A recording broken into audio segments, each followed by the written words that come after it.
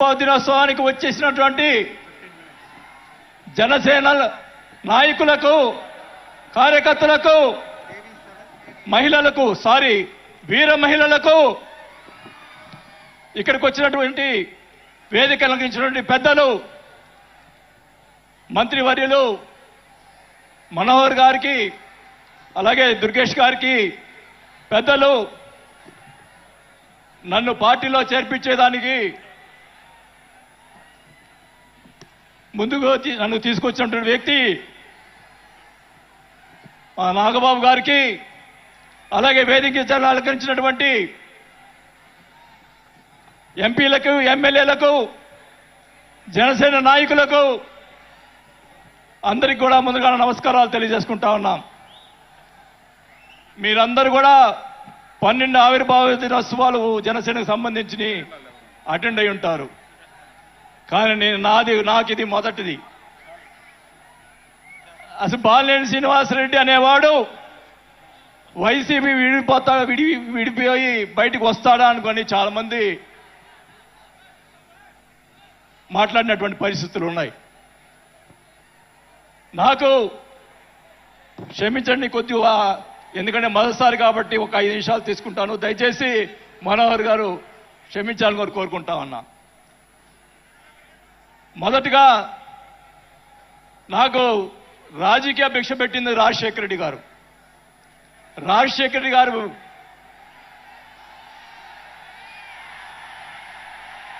చెప్తాను, వినండి.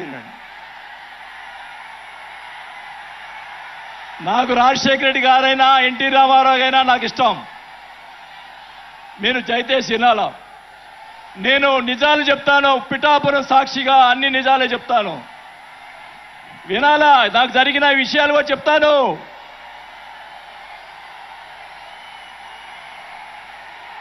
ఆ తర్వాత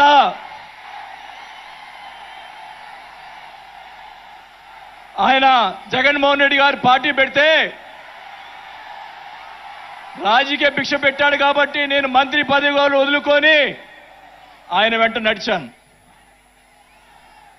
నేను 4 సంవత్సరాలు, మనోహర్ గారికి తెలుసు, 4 సంవత్సరాలు మంత్రి ఉంది నాకు.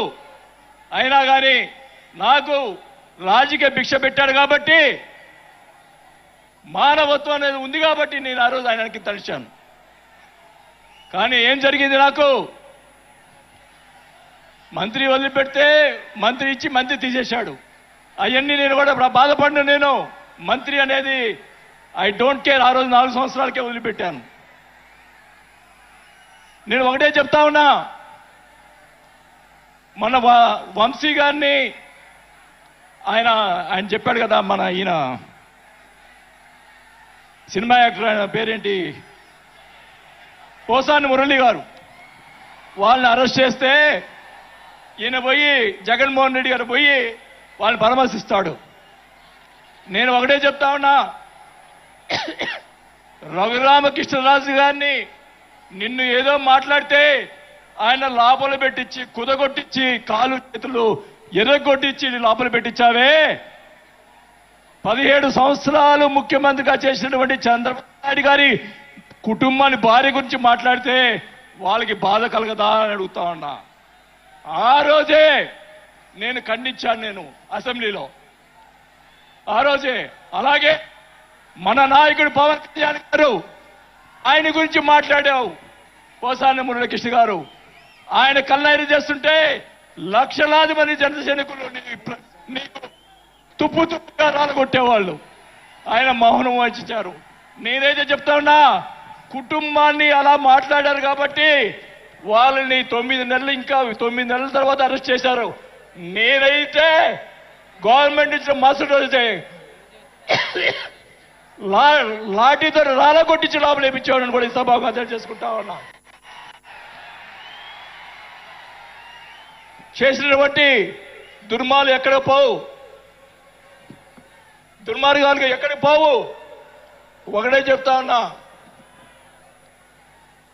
నేను 5 సార్లు ఎమ్మెల్యే, 2 సార్లు మంత్రి అయినా కూడా, నేను ప్రతిపక్షంలో ఉన్నప్పుడు కూడా మన నాయకుడు పవన్ కళ్యాణ్ గారు వైసీపీని ఒకరోజు అందరినీ తిడుతూ ఒక బాలినేని శ్రీనివాసరెడ్డి గారు లాంటి మంచి వాళ్ళు ఉన్నారని చెప్పి ఆ రోజు చెప్పిన రోజే నేను జనసేనలో చేరి ఉండాలి అని కూడా తెలియజేసుకుంటా ఉన్నా. ఆ రోజు చేరకపోవటం నా దౌర్భాగ్యం.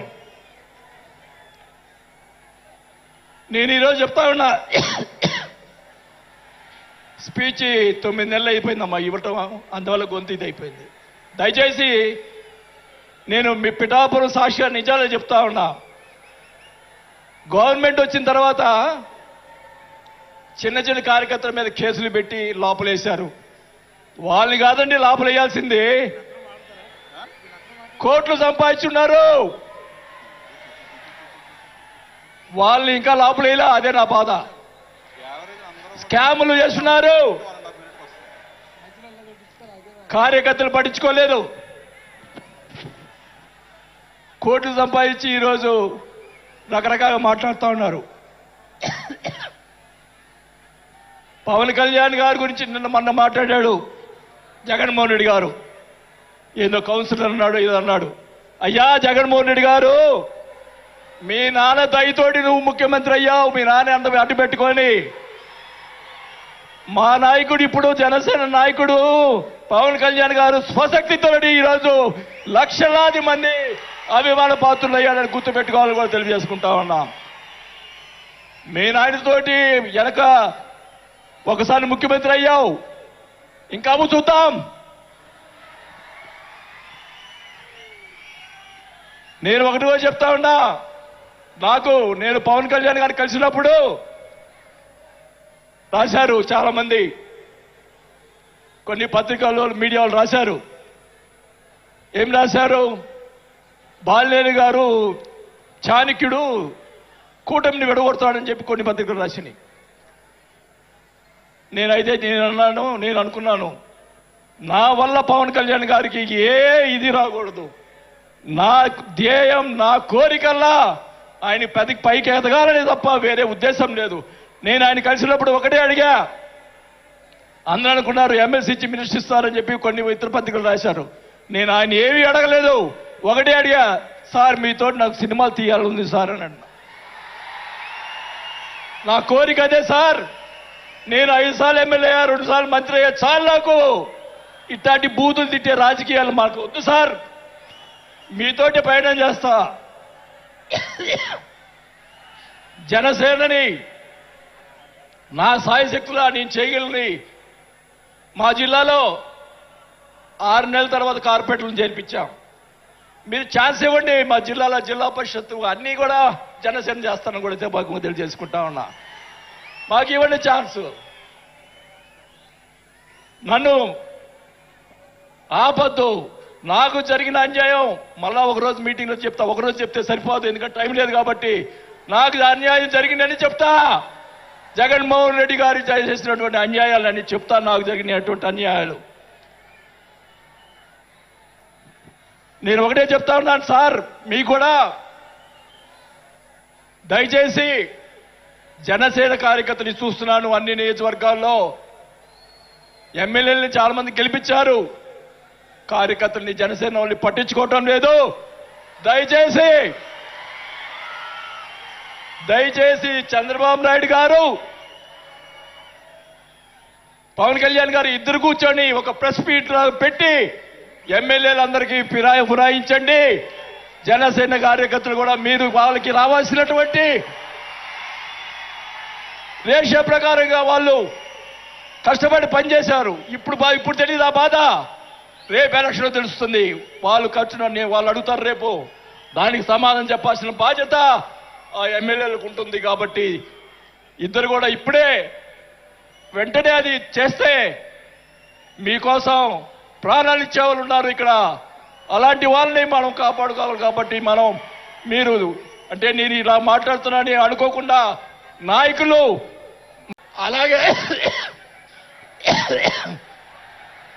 అలాగే మీరు కూడా జన సైనికులు కూడా, మీరు కూడా మీ పక్కన వాళ్ళని మంచిగా చూడండి.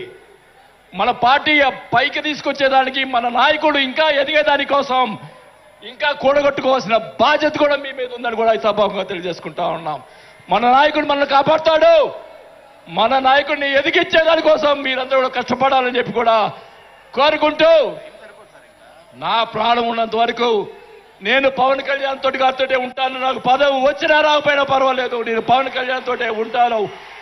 నేను రాజకీయంలో నాకు జరిగిన అన్యాయాలు ఒకటి కాదు, రెండు కాదు. మా నాన్న ఇచ్చిన నీ ఈరోజు ఛాలెంజ్ చేస్తున్నా పిఠాపురంలో అమ్మవారి సాక్షిగా మా నాన్న ఇచ్చిన ఆస్తిలోనే నేను సగం భాగం పైన నేను అమ్ముకున్నాను ఈ రోజు అని కూడా ఈ సభాముఖంగా తెలియజేసుకుంటా ఉన్నా.